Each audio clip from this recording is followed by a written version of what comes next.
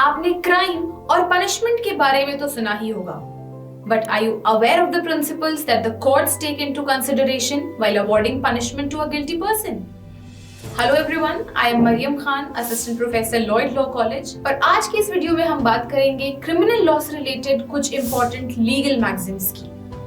The first legal maxim is actus non facitrium nisi mens citria, which means the act itself does not constitute guilt unless it is done with a guilty intention. तो अगर आप कोई ऐसा काम कर रहे हैं जिससे सामने वाले को नुकसान तो हो रहा है, पर उसमें आपकी कोई गलत इंटेंशन या आपका इल विल इन्वॉल्व नहीं है, you will not be punished for the same. For example, if I end up hurting someone accidentally or mistakenly, the court will take this accident or mistake into account while punishing me. The second maxim is actus me invito factus non est meu actus, which means the act, if done by me against my will, is not my act.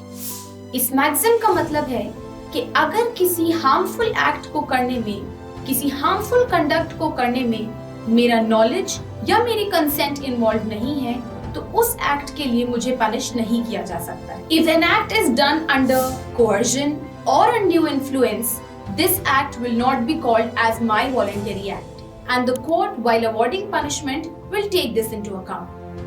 And the last maxim for today is actori incumbit onus probendi, which means the burden of proof rests on the actor.